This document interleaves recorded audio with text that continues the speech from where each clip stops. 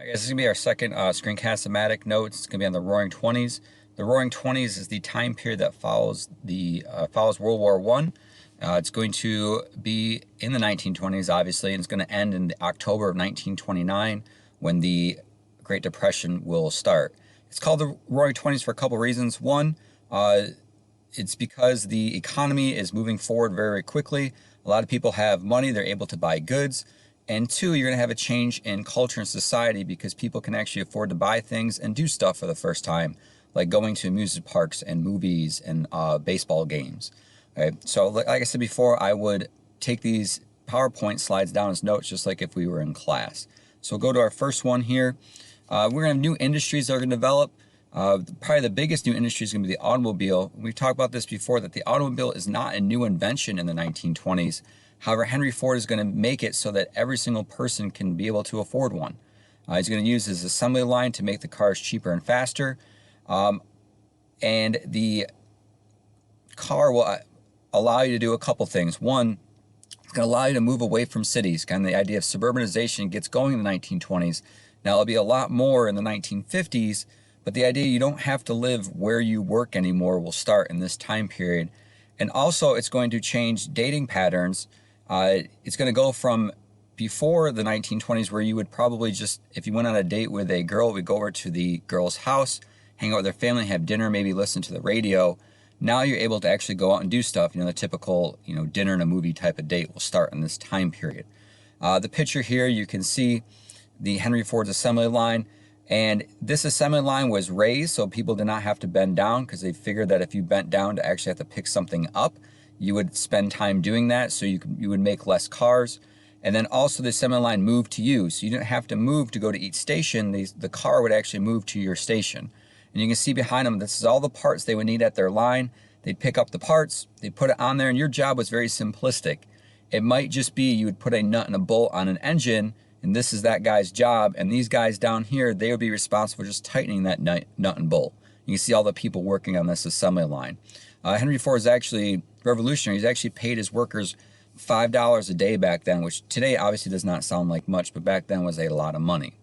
Other industries that will actually get going as well will be the airline industry. Airplanes will be invented. You're going to have people traveling in airplanes for the first time.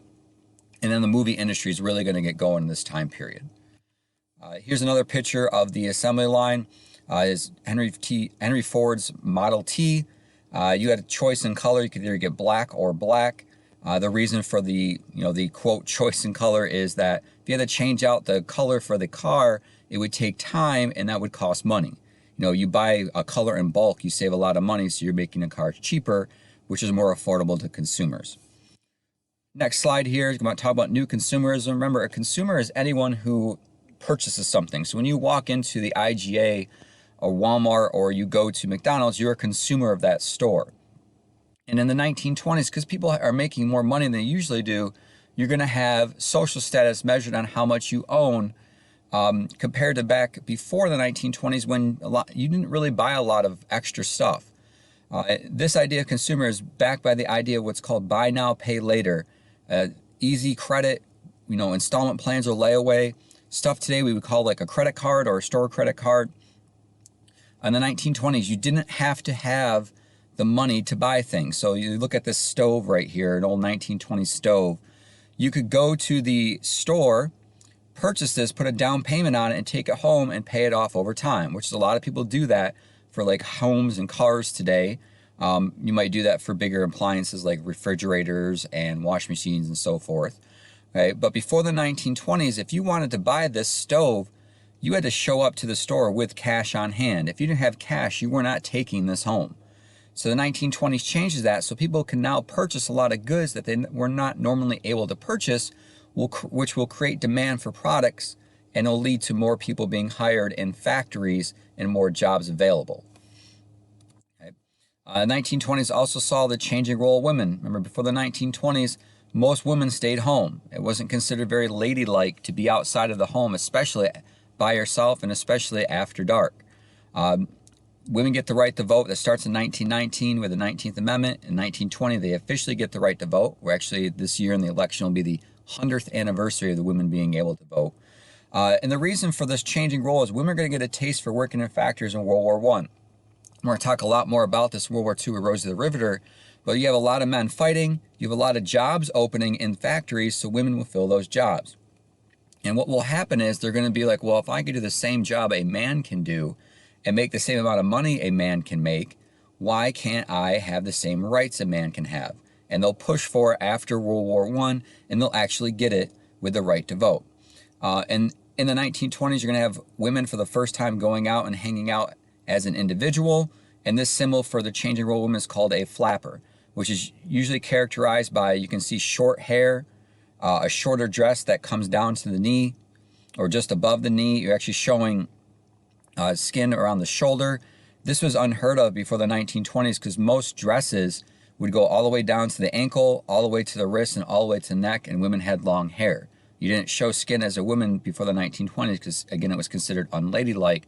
The idea of a flapper changes this, and then women start wearing what they would consider back then risque stuff. Now, if you're looking at this picture right here, this would fit our dress code very easily. All right. Going to the next slide here, we have the Harlem Renaissance in the 1920s. And this period is going to focus on Black pride and awareness, specifically when it comes to music, arts, and writing. For the first time, African-American artists are going to be able to share what they're doing. Then the biggest thing, and I'm not trying to limit to what the Harlem Renaissance do, but one of the biggest things that comes out of this is going to be jazz. The jazz music will be able to spread very easily for the radio. People have, think of your living room right now and where your television is. Imagine replacing that television with a radio, and that's what's the 1920s living room. And people will listen to the radio just like they do the TV. They'd sit around it, kind of listen to the baseball games, listen to boxing matches, even listen to shows just like you have a TV show that came on every Wednesday at, say, 9 o'clock. There'd be a radio show that came on every Wednesday at 9 o'clock, and they might tell a story and add to the story week by week. One of the most famous jazz musicians that comes out of this time period is Louis Armstrong. Here he is right here. There are some also very famous writers, Zora Neale Hurston and Langston Hughes, who will start influencing our country as a whole. 1920s was also known for a time period called Prohibition. The 18th Amendment will make the selling of alcohol illegal. So this temperance movement that got going in the mid-1800s will finally get alcohol illegal in the 1920s. And the main reason for this is because you're going to have a lot of men working in factories, working long hours, and after the factories, they're going to go home. Actually won't go home. They're going to go to the bars, and they're going to start drinking a lot, and then they're going to go home and beat their wives and children. And women are going to finally stand up and be like, hey, this isn't right. We need to do something about this. And what they come up with is the idea of getting rid of alcohol. One of the biggest unintended consequences of Prohibition was the formation of organized crime. Kind of like drugs today. Drugs today, most of them are illegal, yet people still do them, and people are distributing them through legal means. Well, just because you make alcohol illegal, that doesn't mean people are going to stop doing it.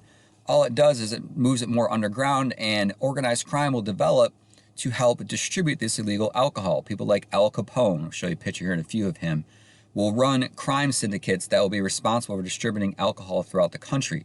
And they'll make millions of dollars because the price of alcohol will go up because the supply is down. Also, things that develop, you're going to have what's called a speakeasy, which is a hidden bar. You might go into a clothing store and go into a changing room, and behind maybe a mirror or a dresser, which would move, you'd go back and there'd be a bar in the back where people are drinking and buying alcohol. Bootleggers will develop as well, or rum runners, people who would develop or make their own alcohol, and then they would distribute that alcohol illegally to customers. You see the show Moonshiners. It's basically a similar kind of idea. They're called run runners because you'd have your cars that would be souped up to go a lot quicker to try to outrun the police so you could distribute the alcohol. The NASCAR actually comes out of the Prohibition time period of the bootleggers who are making their cars really, really, really fast. Typical, hey, my car's faster than yours. They'll start racing, and boom, there's NASCAR, which is a multi-billion-dollar sports industry today. And eventually, they're going to realize that Prohibition is not working. It's costing more than what it's actually doing, and they're going to make alcohol legal again with the 21st Amendment. I always say, 21 to legally drink, 21st Amendment, they go together. Another reason that alcohol will be made legal again in the 1930s is because we'll be in part of the Depression, and we're going to need to tax something to make money, and alcohol is something very easy to tax. You actually, during times of depression and recession, will see alcohol sales spike. More people will buy alcohol during those time periods. Okay. Here's a picture of Prohibition cops coming around and destroying alcohol. When they found it, they would just destroy it. You can see this guy breaking apart these barrels of alcohol. Also, if there was bottles, they would just break the bottles on the glass, destroying the alcohol, because again, it's supposed to be illegal. Here's a picture of Al Capone.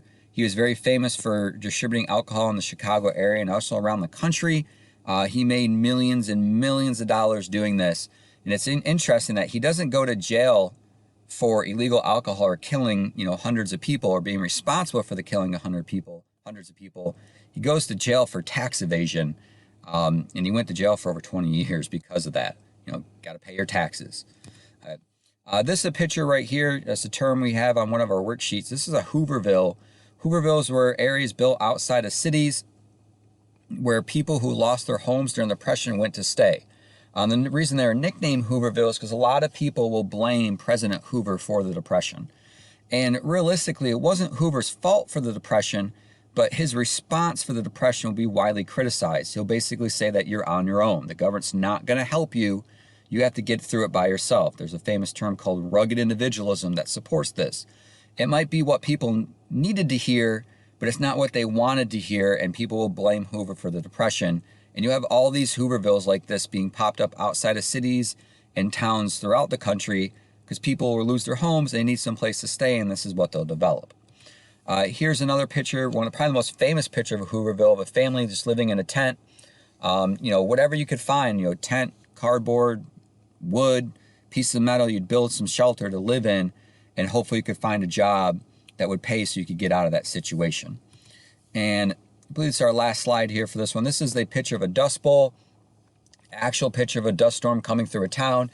You have these people standing there looking at it. I would not be that person. I would be in the house trying to hide from this thing. Kind of like those people who take the videos of the tornado, then you see them get swept away. This event is caused by poor farming techniques in a drought. Remember, the 1920s, Europe has been destroyed by World War I. So what's going to happen is a lot of farmers in the United States will start growing the same crop over and over and over again to try to provide food for Europe and make money. The problem with that is if you grow the same crop enough over and over again, you're going to ruin the soil. That's why they have, 3-field rotation and crop rotation that are used today, so the soil never gets really worn out. But when that happens, you're going to wear the soil out, and then we're going to have a drought in the 1920s. And when storms come around, it'll literally pick up the dirt or the topsoil and carry it away. It got so bad that even in New York City in the 1920s, at times in the East Coast, it could be, noon or 1 o'clock in the afternoon, and a dust storm would roll through and the lights would turn on because it became so dark in that time period. 6 feet, 8 feet of topsoil could be picked up and removed at once and just carried off. And you're going to have a lot of farms destroyed, and people have to move because of it. Lead to what's called Okies moving out to the west, out to California, looking for work. Not a good thing when people need cheap food, and food's not readily available because the farms have been destroyed in the 1920s. But that's going to be it, guys. Again, look for the quiz 3, which will be on a lot of this material. I'd make sure that you are taking notes on this and using these notes on these quizzes and tests that are coming out to help you and make it a lot easier. Okay, again, hope you everyone's staying safe, and have a good day.